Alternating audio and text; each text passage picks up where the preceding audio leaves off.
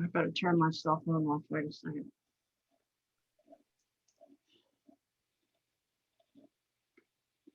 Are we broadcasting yet? Good morning, everyone. Welcome. We want to allow a few seconds for everybody to join us this morning.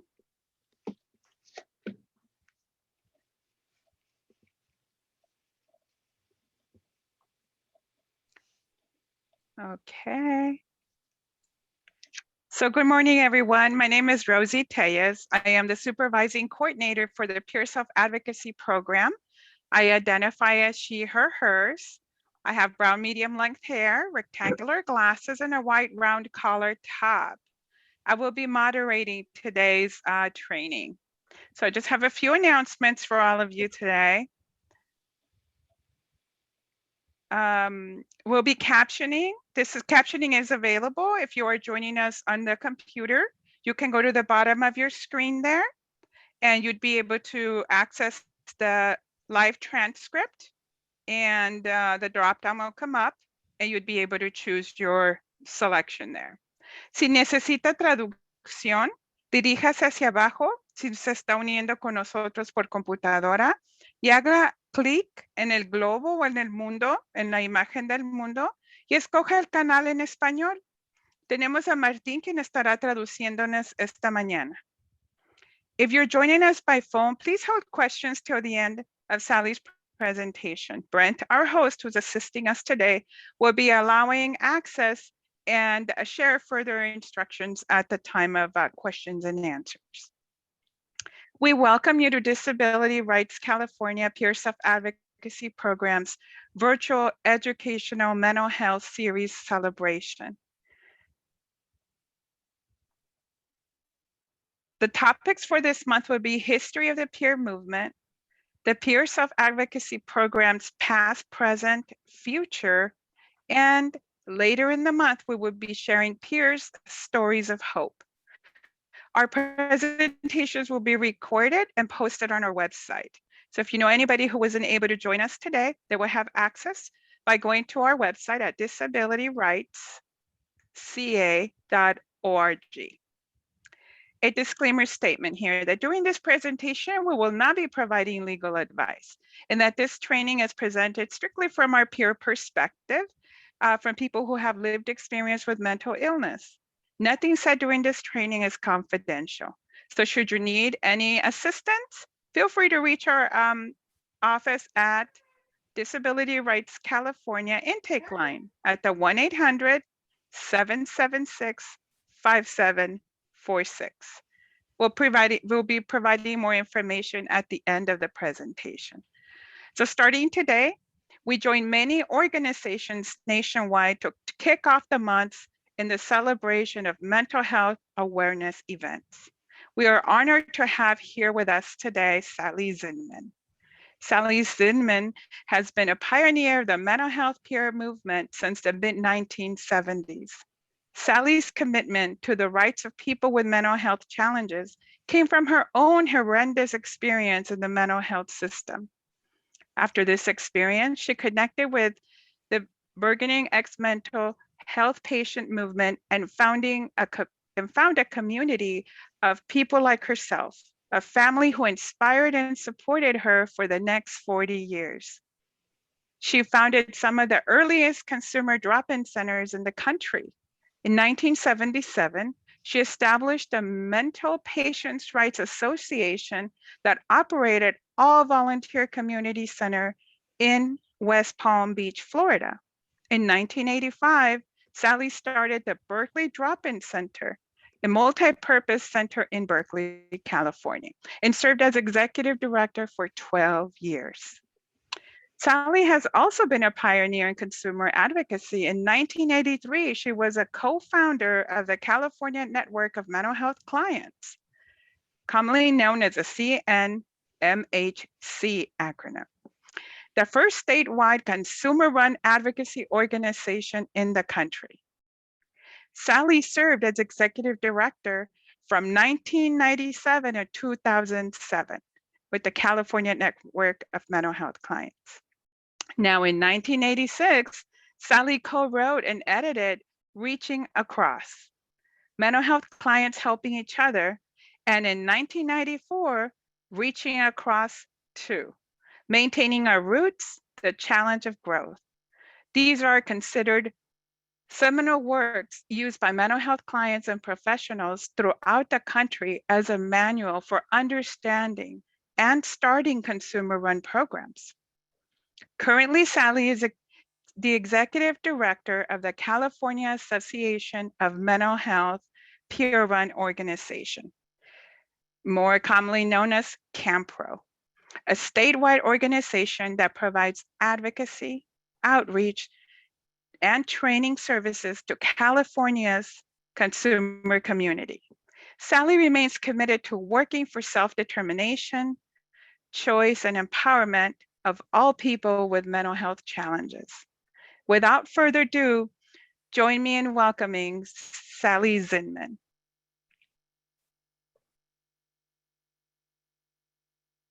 Sally? Thank you. I had myself on mute for a second. I'm so glad to be with all of you and would like to start as soon as possible. So can you put the PowerPoint up? Thank Yes. you. And thank you for that wonderful introduction. It's probably more than just 40 years now. Wonderful. This is really, you know, I was asked to do a history of the consumer survivor movement. We call ourselves many different things, and individuals have different ways of describing themselves. Now it's like people with lived experience, client, and if we're true to our roots and our values, however anyone describes themselves is the right description. But as I've looked at the history of the consumer survivor movement throughout the years, to me, it's more of a story of advocacy. Instead of just being the history of the movement, it's a story of what advocates can do in the short term, but especially in the long term. I've been involved since 1977, so it's about 44 years. No, yeah. So it's almost like an airplane of traveling and looking at the earth below of at least 47 or almost 50 years below and looking at the change that we've made. And I am convinced the change has been made because of us, because of consumers, and because of consumer advocacy. And next slide. Oh, well, let me explain that picture a little because I just learned something today. That in that picture is, it's actually in the evenings, California Network of Mental Health Clients, the state organization, have these wonderful annual conferences. And probably the most fun and the most things that people remember about it are the entertainment in the evening of dancing and singing, in which we're singing here. One of the people and the person on my far right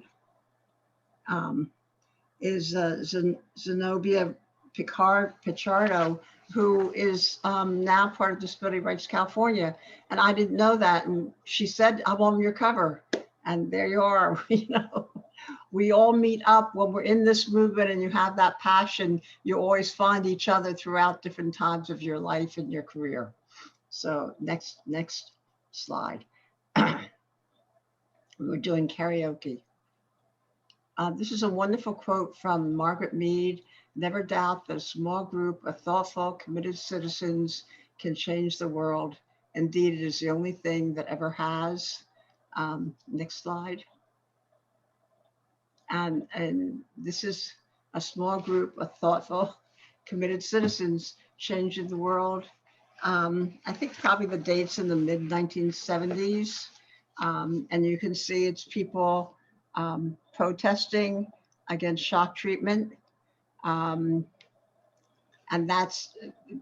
it's from a magazine called Manda's Network News that I have other covers of in this PowerPoint that you'll be able to see. It was the vehicle through which we reached each other, the news vehicle that was put out 4 times a year if the collective was able to do it 4 times a year.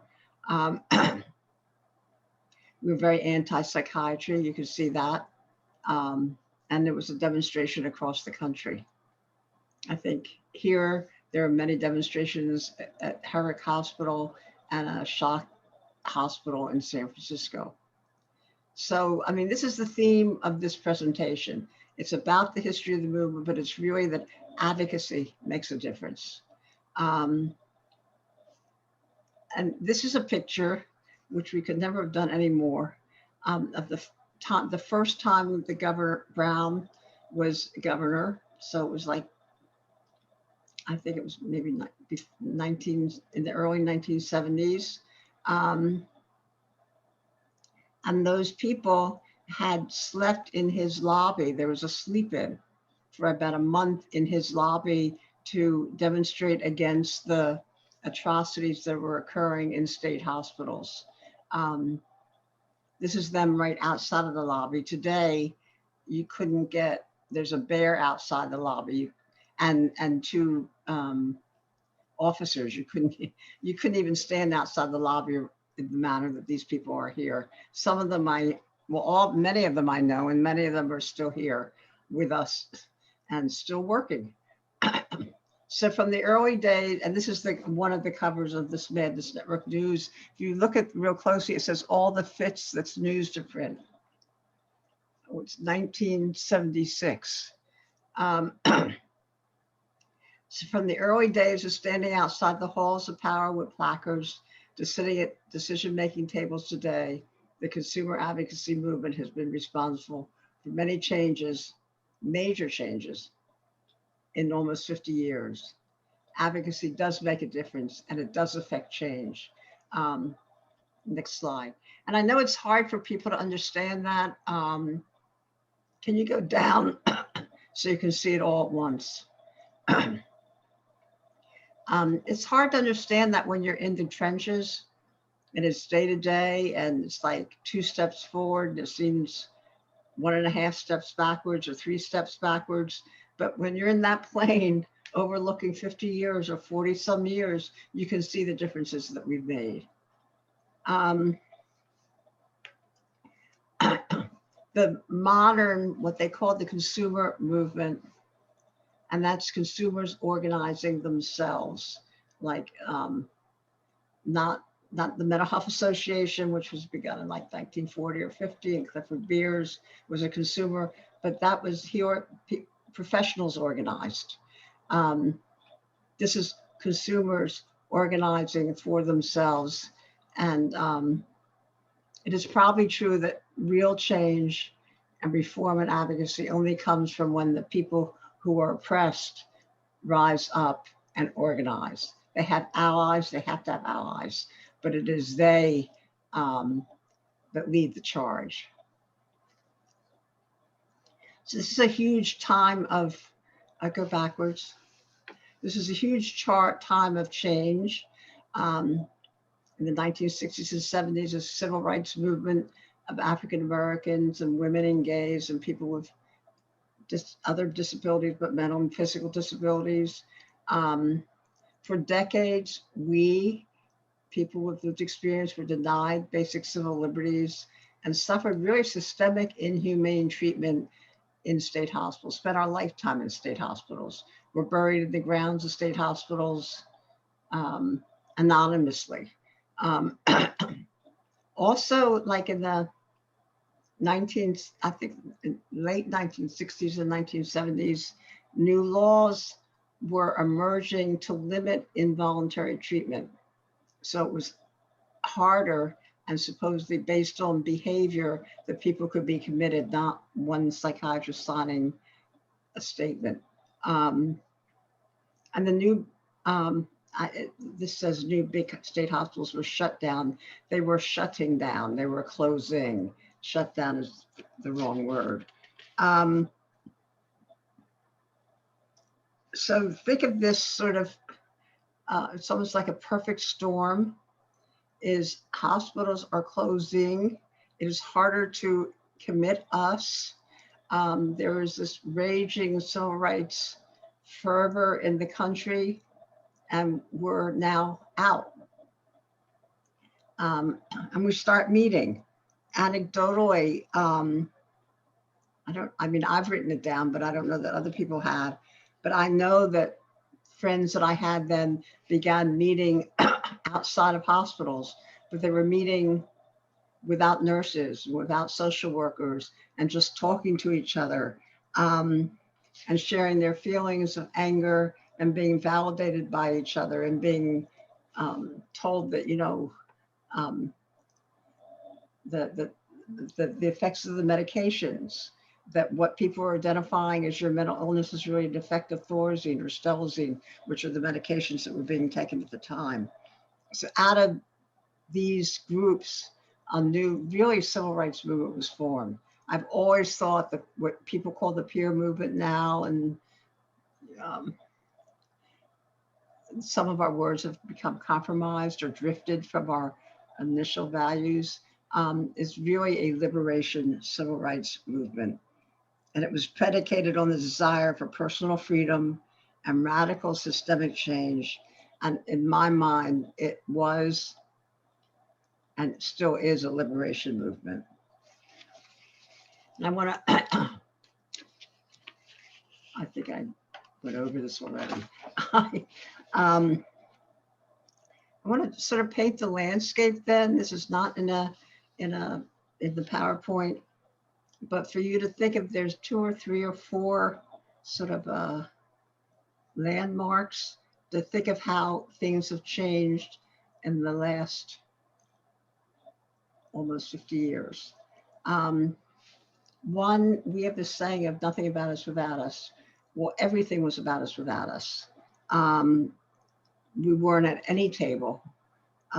We were, if you're not at any table and you're not in the room and you're not in the building, what you are, where you are, is outside with placards and protesting and doing civil disobedience.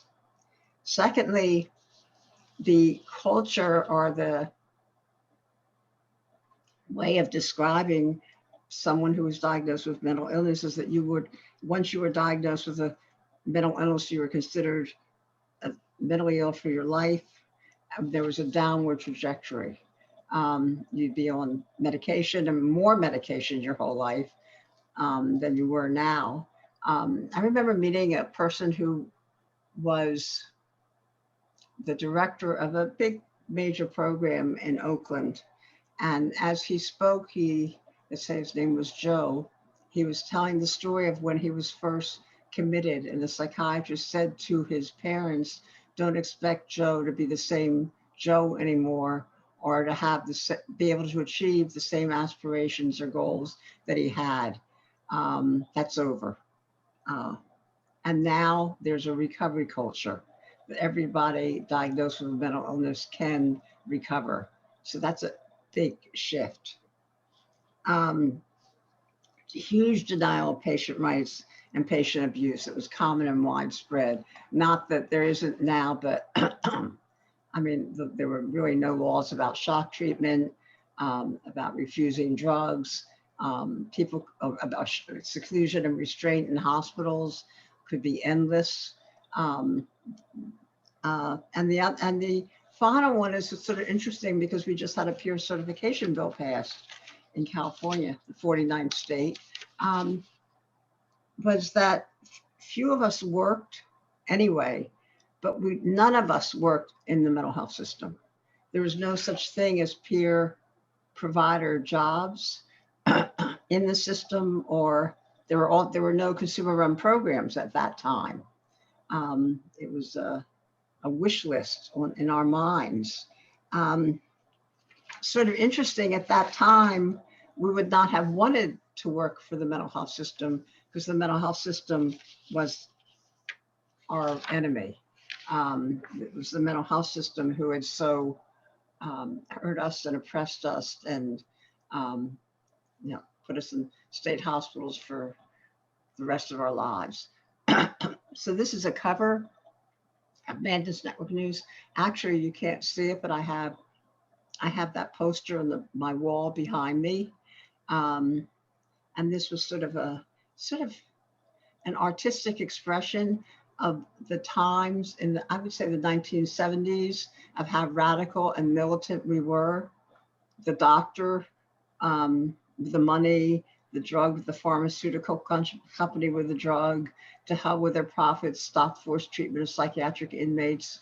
We called ourselves psychiatric inmates at the time because that's how we felt, that we were locked up in hospitals, which is the same as being an inmate. Next slide. So the next 1970s was really a time of finding each other, of networking, of realizing we were not alone, of really militant groups and actions, which I'll describe, of lots of self and group education, of defining our core values, of sort of finding and growing our voice, really out of anger and hurt, and separatism, which is interesting because a lot of people, I mean, usually people don't think that's a good idea. And by that I mean is we met with other consumers or people with lived experience and would not let professionals or providers or nurses or psychiatrists or even very liberal, radical professionals as part of the group. And I think that although that's not the end goal, it's a means to a goal of people meeting with each other who have the same like experience to become empowered so they can go back into the world as equals. So, by the way, I'm so glad to see Debbie Davis, who I've not seen in years, was at least back there in the 1980s in California.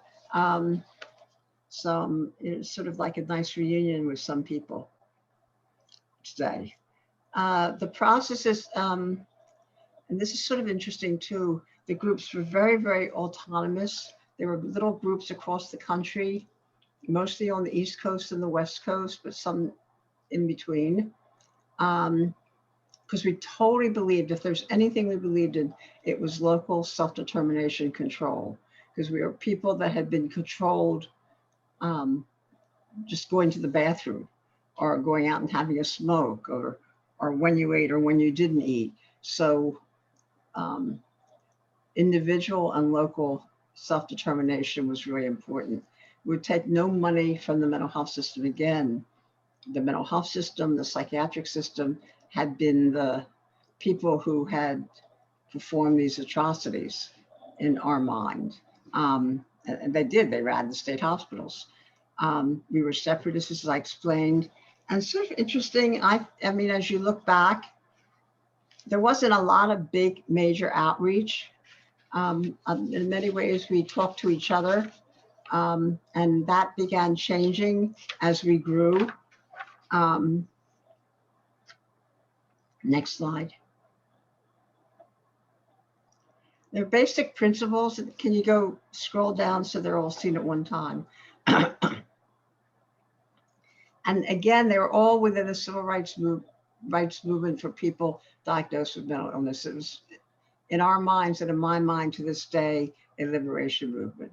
And I'm stating these because 20, 30 years now, for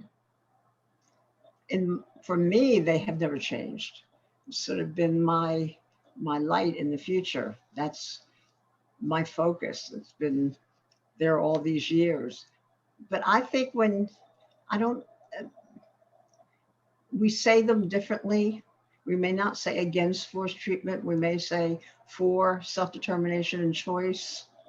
We're more for things. But in some ways, the sort of base of the values of today were laid then. Being against forced treatment, where self-determination and choice were essential as far as we were concerned for our recovery, although recovery was not a word that we used at that time. But we knew, by the way, we recovered because we were all there. We were all talking to each other. We had all been in hospitals, and we had all been diagnosed with mental illness, and we had all had breakdowns or breakouts or a severe emotional distress. So we knew that you could get better because we had gotten better. Um, Against inhumane treatments of forced medications, of molding medications, ECT. You know, when I first got involved in 1977, they were beginning to do psychosurgery, which was a new term for lobotomy. So it hadn't died yet. Seclusion and restraints, sanism, which you would know as stigma and discrimination, but we use the words of the day: feminism, racism. We used to say mentalism or sanism, of treating people who are diagnosed with mental illness differently, like children, patronizing that they can't make decisions for themselves, or that they were more violent than the rest of the population. Things that we're still fighting today, calling it stigma and discrimination. We were very anti-medical model, verging on anti-psychiatry, and many of us were really just anti-psychiatry.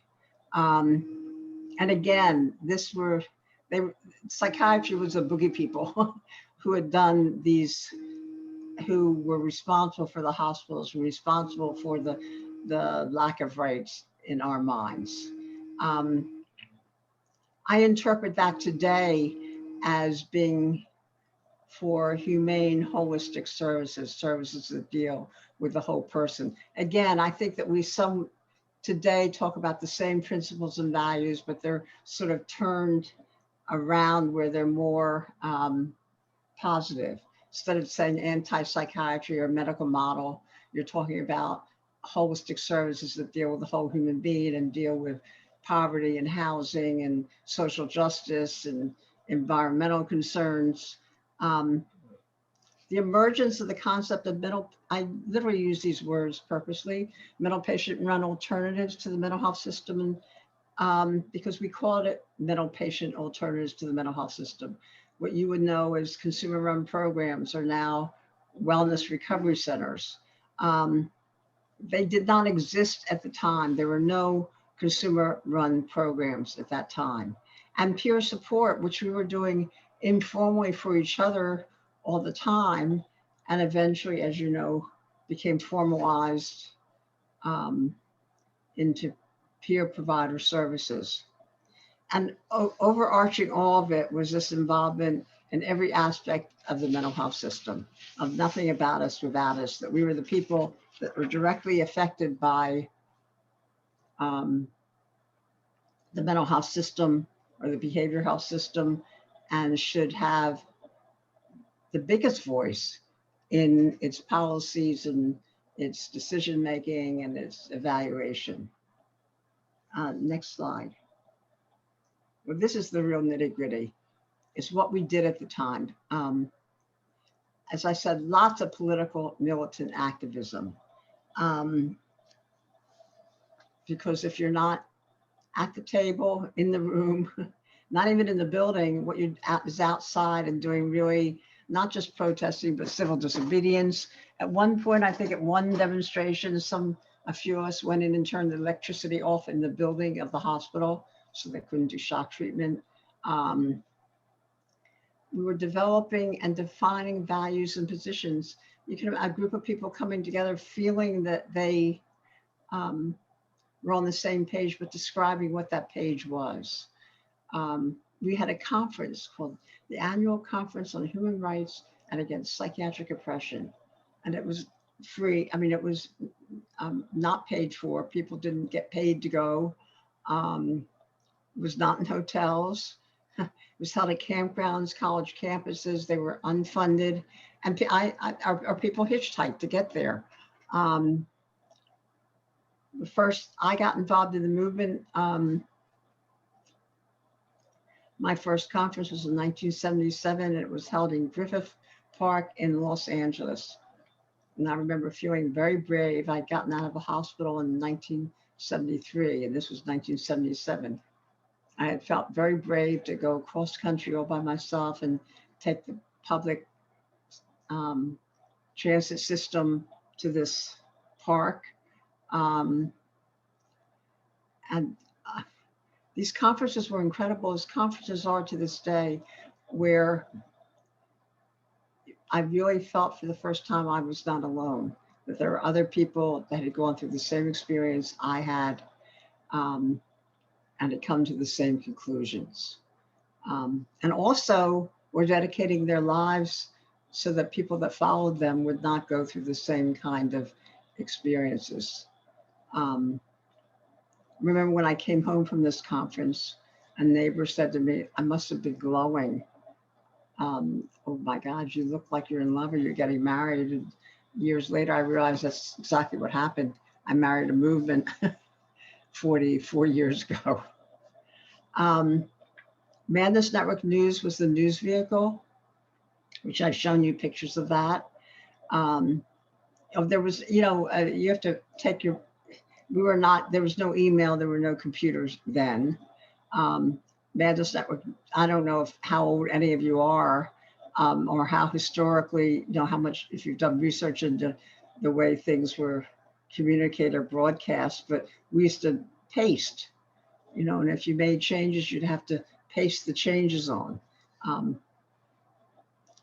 there were small groups, mostly on two coasts, as I said, and the change between now and then is just in the names. The Milton names were Network Against Psychiatric Assault, Insane Liberation, Mental Patient Liberation Front. Um, our name is California Association of Mental Health Peer Run Organizations. That is not the same kind of name, or there's an Alameda County Network of Mental Health Clients, or National Coalition for Mental Health Recovery. Those are the names of today as compared to Liberation Front, Psychiatric Assault, Insane Liberation Front. I mean, you can tell by the names of the groups, the militancy. As I said, we called ourselves psychiatric inmates because we had been locked up and we were inmates, but it wasn't in jail, it was a psychiatric inmate. There's a lot of self and group information and education. We take it for granted now of information that, well, it's not really complete or really informed information in terms of when you're taking a medication, but you're supposed to be told what the medication does, what the side effects are, why you're being given shock treatment. There was no such thing at the time. We were really just given treatments and nobody explained to us what they were, what they were supposed to do, or what the side effects were. So we created our own. We created our own information and our own education, we had pamphlets on your rights as a mental patient in Massachusetts, or there was a publication called Dr. Calagary's Psychiatric Drugs. It was a doctor friend of ours and us that worked on this pamphlet about all the psychiatric drugs at the time and in people language, what the side effects were. There were a lot of support consciousness raising groups.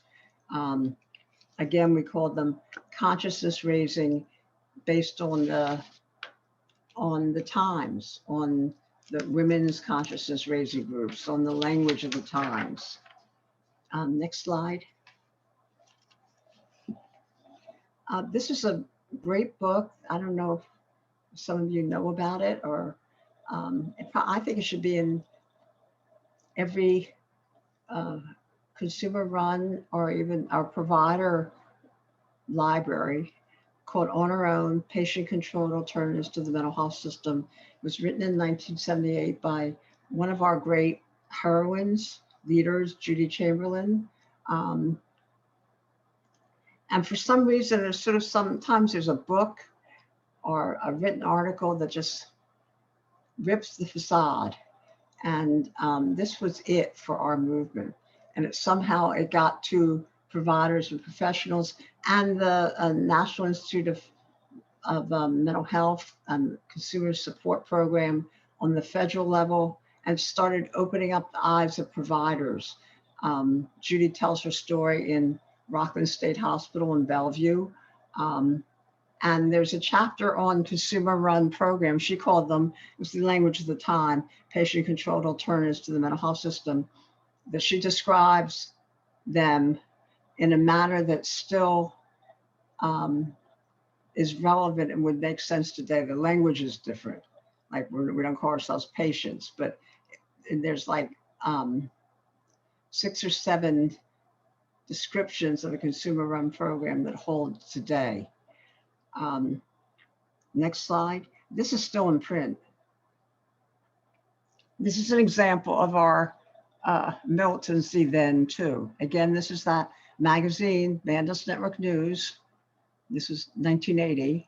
And we did a demonstration against the American Psychiatric Association, who were meeting in San Francisco, and this was a convention center in San Francisco.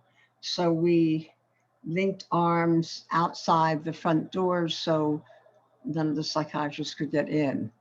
I'm in there, Judy's in there, Jay Mahler, who is still with us today, is in there. Leonard Frank, who's a great leader. I'm just looking at the people that that I know, and I like to call out the names of our heroes and heroines because people don't know them and they should. But we had an anarchist among us, and in the the top of the convention hall where they describe what is going on in that hall for the weekend or for the week. It said, "Welcome, American Psychiatric Association." And one of us had got a long pole and changed the wording. So it says, "Welcome, a psychiatric ass CIA." That's very typical of the kind of militancy and political activism of the day. Next slide. And I don't know if any of you or many of you remember him, Howie the Harp, who was very active in California, was from New York, went back to New York and died as a very young man in his mid-40s. I have a picture of him that I am looking at now on my desk. And I'm sort of transitioning into the 1980s. It's a mistake to divide this up into decades because nothing can get divided into just by decades. It's a sort of a fictional way of describing any process or any movement. But in some ways, there were major things that happened that fell into decades. In the 1980s, there were some big changes where we began to get what we wanted. We began, the first drop-in centers opened, the California Network of Mental Health Clients began.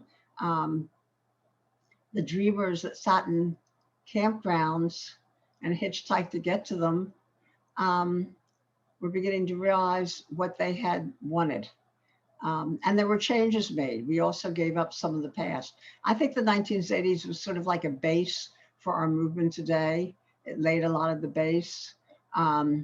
We did make major movement decisions that left many of the more purist activists behind. And there were huge debates, screaming debates about taking money from the mental health system, talking to the enemy, or in other words, just talking to the rest of the world. We began the process of re-entering the world that had so hurt us. There was a lot of founding endeavors that ended and new ways of organizing took their place. So it's as if the ways of organizing in the previous decade that got us to this place were no longer relevant or no longer efficient at this time. And also just the beginning that our goals were beginning to be realized, sort of a transitioning from words to deeds and conceptualizing to implementation. I sort of think it's like a grant, because now I've become a bureaucrat. You write a grant, you know what you're going to do, and then you start doing it. And in the 1980s, there was just the beginnings of doing it, of laying the groundwork of what we're doing today. Next slide. A lot of the processes that I talked about previously changed. Instead of being more separatist, we began mainstreaming and reaching out to the millions of people, consumers that didn't know anything about a movement, centralizing. I remember when the California Network of Mental Health Clients was the first statewide consumer-run organization, and many of the more purist were against it because it took away from local control. But there were many state organizations forming. And the big one was this money from the mental health system. I mean, there were fights about that. You know, you need money to move from words to deeds. Um, to open up a drop-in center, you have to pay for the office space or a space. We used to meet in churches or people's houses or around kitchen. I started a group in Florida around the kitchen table to serve ourselves in a consistent way. We needed money because we were all previously based on volunteers, and volunteers can show up or not show up, but paying people for jobs to do the same service. So you needed money to fulfill your goals. And of course, the people that argued against it were talked about co-optation and drift from our values and becoming absorbed into the mental health system and taking on the attitudes of the system that was so oppressive. Looking back, everything they said was true. There has been co-optation and compromise. I chose to go in the direction of taking money from those parts of the mental health system that were the more progressive and believed in what we were doing. I would probably make that choice again because we would have died. It was the only way we could grow. And you take those risks and you keep fighting the co-optation. And also we began collaborating with other people, with other groups, with other organizations, and sometimes organizations that we didn't agree with. We would never have done that before. An organization that was for forced treatment and trying to expand it, we wouldn't have collaborated on some other issue that we both agreed on, but we began to do that. So as I said, it began to be the base of what we see today. There's a growth of mental health systems funded, consumer-run and staffed peer support programs. We called them drop-in centers. Today you call them, there are a few drop-in centers left, but mostly recovery wellness centers. On Our Own was one in Baltimore, Maryland, that still exists. It may be the oldest continuous consumer-run program in the country. Berkeley Drop-in Center in Berkeley that still exists. Ruby Rogers Center in Cambridge, Massachusetts. Oakland Independent Support Center in Oakland, which Hallie the Harpet started. And remember I talked about Judy's book sort of opening up the eyes of providers and policy leaders, especially the community support program. That turned the tide. That they literally put out like advisories to states and communities saying that consumer-run programs should be part of every mental health system continuum of care, or that consumers and family members should be involved in all decision-making. In 1988, they put out 13 consumer-run demonstration projects funding across the state. Actually, the Alameda County Network of Mental Health Clients was one of them that still exists today. And there's the beginning, and remember I said centralization of statewide consumer-run organizations. In 1983, the California Network of Mental Health Clients was formed. And unfortunately, I think in 2012, it sort of imploded. More so, and I want to point out the things that stopped, or the ways of organizing that were replaced by newer ways of organizing.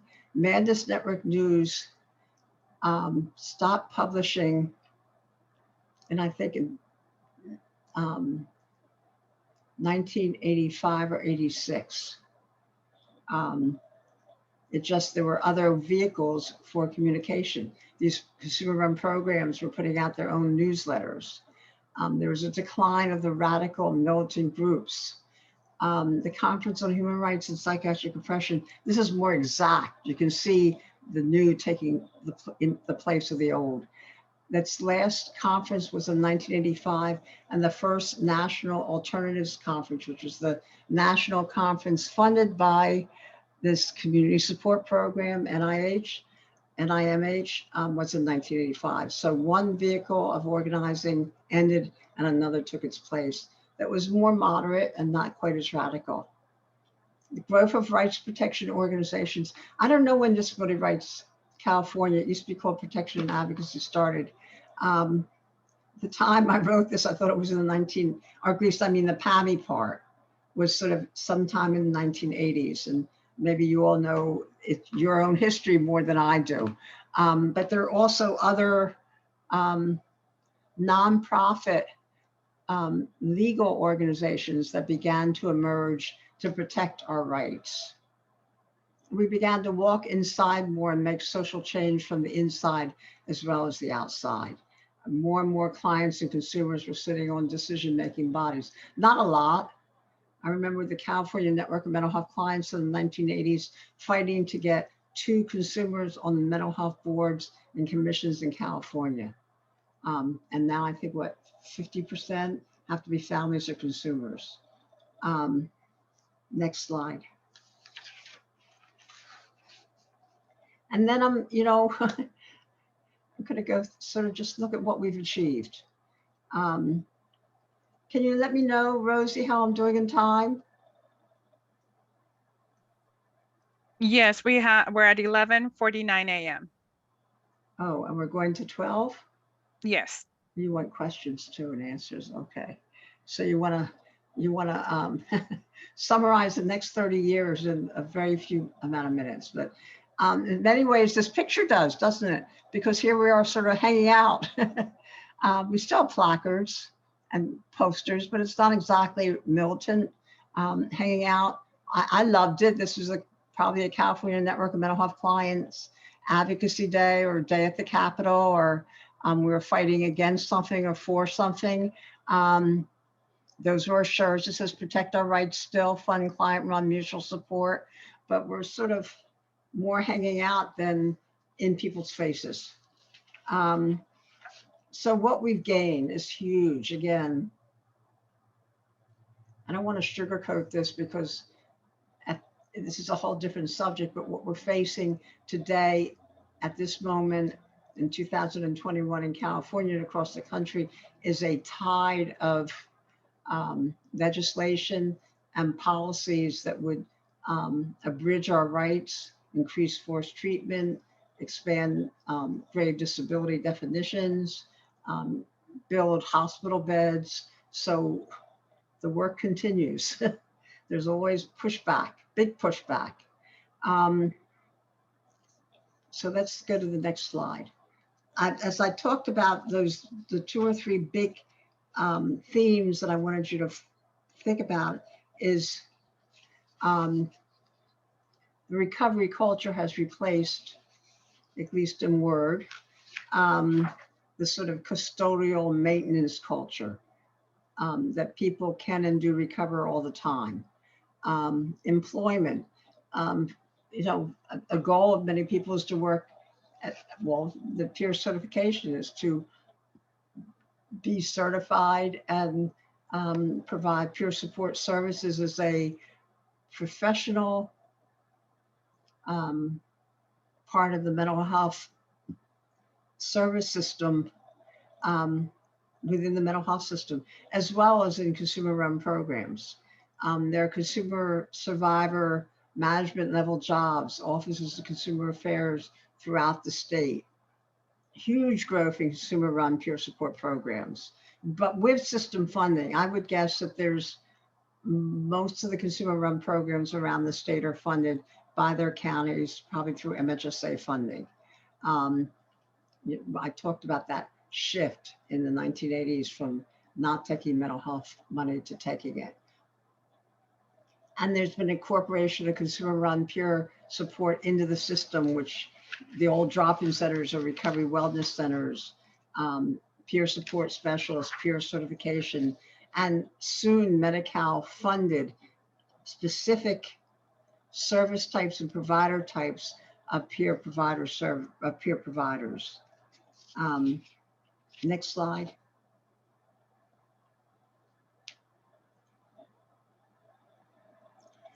You know, when we used to go to trainings, it was always provider trainings, provider created trainings. And now we are creating, RAP is a consumer run created training. And over and over and over again, we are creating our own trainings that consumers attend. There's meaningful consumer involvement at most levels of the mental health systems, or at least they're mandated. Again, we are all concerned about tokenism. We really do participate with other constituency behavior health groups when we agree on an issue, whether we don't agree with them on other issues. We work as a team with the whole behavior health system. There's consumer researchers for consumer programs. That began probably in the 1990s, but today there is a whole group of wonderful young consumer identified researchers. And as you all know, because you do it, we work with policymakers to legislate. We walk the floors of the Capitol now. We're inside as well as outside. Next slide, and I can go through this very quickly.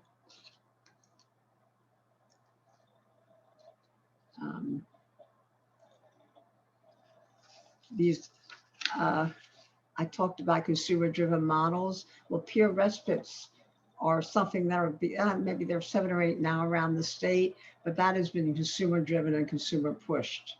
One thing I have been not just happy, but fulfilled to see is the change of our movement from initially those people sitting around campgrounds were all white, sort of radical progressive kids or young people. And now it's a much more diverse and inclusive consumer movement representing people, all people who have mental health disabilities or people living with mental health issues. There's a National Coalition for Mental Health Recovery, a national organization. Next slide. And I believe this. I believe that real transformation does only come through client leadership. It's our leadership and consumers leading the way that are making and will make transformation in the behavioral health system. And I think the past achievements are evidence of that. Next slide. I think that maybe it would be better to open this up for questions now. The slides talk about the Mental Health Services Act that literally incorporated explicitly or implicitly all those dreams and those goals and wishful thinking that we had when we sat around campgrounds, of voluntary services, of peer and self-help peer support groups, and involvement of consumers at all levels, involvement of consumers in workforce training, promotion of recovery. I mean, we knew we got better. Recovery is a goal. So it was incredible to see the people of California vote for something that is MHSA, the law of the land, Prop 63, that 40 years previously, consumers had sat around campgrounds envisioning. And I'm going to skip this because I think if we have any time left, maybe it would be good for questions. The Mental Health Services Act it is the law of California now that consumers and people with lived experience have to be part of at all levels of decision making, whether that is tokenism or not. The fights still go on. The struggle keeps going on. We have to make our involvement and our sitting at the tables significant and meaningful involvement. In fact, someone once said among us that we just don't want to be invited to the table, we want to set the table. So with that, and throughout my life, I've learned that initially when I got involved, I did it because I wanted to help other people not experience what I had. So people that followed me would not have the same horrific experiences. Um, then I realized in time that what I was doing was really advocating and helping myself. In the very process of advocating, I was growing and empowering myself and becoming a person, a better person, giving back. And I think now I've sort of thought about 10, 20 years ago that we're really liberating the system. That if what we want and our dreams were achieved, people working in the mental health system, the providers, the system itself would be a better system, a more liberated system. So I don't know if there's any time for questions, but Rosie? Thank you, Sally. This was a wonderful journey. You've taken us on our history and your wonderful spearheading and being the pioneer of this movement that has allowed many opportunities for us today, keeping the hope alive. So thank you very much to you, Sally, and the many pioneer advocates who joined arms there, like in that picture, to just continue to make change. And just to answer your question, I understand that we started our program back in 86. I was right. 86. Yeah, you were right on the money there in the 1980s. And it was in response to the congressional findings of the widespread abuse, neglect, and exploitation of individuals in state psychiatric institutions. So you were right there on that time frame. Thank you very much, Sally, for that wonderful educational journey you've brought us through about nothing about us without us, right? A continuing anthem. So we invite everyone to please join us in any comments, questions you may have for Sally here today. So I see that we have a few questions. One of the questions is, did you ever protest with Ed Roberts? I knew Ed Roberts. Did I protest with? No. But I knew him. Actually, the Berkeley Drop-In Center, which was one of the first drop-in centers that I'd helped start, was in the same building with World Institute of Disability, which he had helped start. So I often saw him and talked with him, and I went to many of his meetings, but I didn't demonstrate with him. I live not too far away from the Ed Roberts campus, which is an incredible, really building that at least in my mind demonstrates what accommodation should look like. Thank you. We also have another comment. It's from Kelly that reads, "Thank you so much, Sally, for sharing your story and history." And there's a lot of gratitude being expressed as well from other attendees here today. Let's see here. And for those of you that are joining by phone, feel free to also press *9 to ask to raise your hand. And we'll have our host allow access for you to share with us, and then *6 to unmute yourself. So let me go here. I have worked, I don't know if it's in demonstrations, but worked on activism with your new executive director when it was in Andy, when he was in Washington, D.C. So. Wow, that's some history there, right? And now he's here with us in California. All righty, so we have one new message. Let's see here. Okay, so we have somebody, 1 second, let me get to, somebody's raising their hands. This would be Shaya. Go ahead, Shaya, if you can unmute yourself. Second. Hello. My name is Hello, Shaya, go ahead. Yeah. You're on the air. I have a question. Is it possible, like, how do I say this? Is it possible that if someone gets super mad or super frustrated to be at home and they're not feeling well, like go to a mental hospital or just a regular hospital? Let's see, Shaya, you're asking that if you're dealing with some frustration, that whether you get to go to a type of support group or a hospital? Yeah. Yeah. Sally, you got something for that participant asking a question? Well, I mean, I think that the Talking Disability Rights California and we at CAMFO agree on that support groups and living independently in the community and having peers around you is, in my mind, more, well, I can't say is a way of healing. I don't think hospitals are, and I am very concerned that there's a movement today, right now in California and across the country, to build more hospital beds, more locked facilities, and to allow more people to be in psychiatric institutions. Oh, I see. So we're working to assist people in avoiding hospitals. No, I have my parents, and sometimes my dad tease me, and I get really frustrated.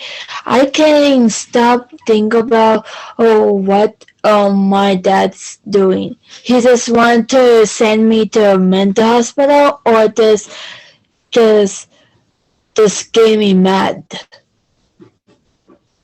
Well, Shaya, I certainly encourage you to look for a support group. We have a lot of support group either by phone or on this type of virtual ways, but we certainly encourage you to look out for supports. And thank you for being here with us today, okay? Our heart Okay. goes out to you.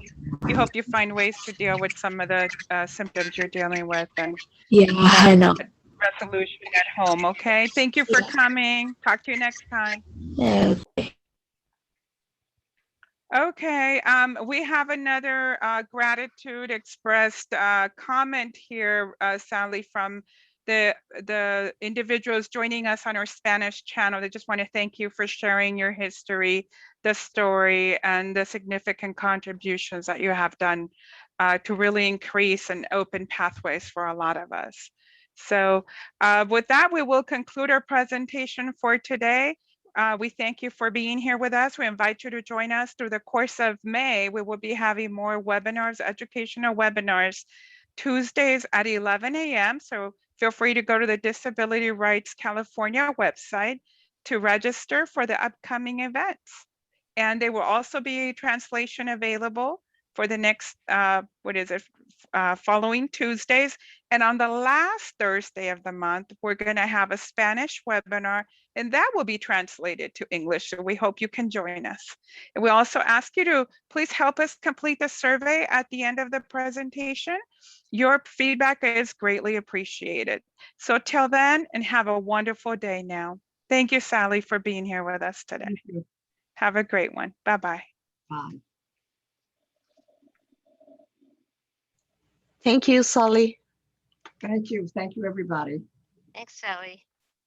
And it really isn't a person, it's all of us together that have made that change and will continue to make those changes. Yes, thank you.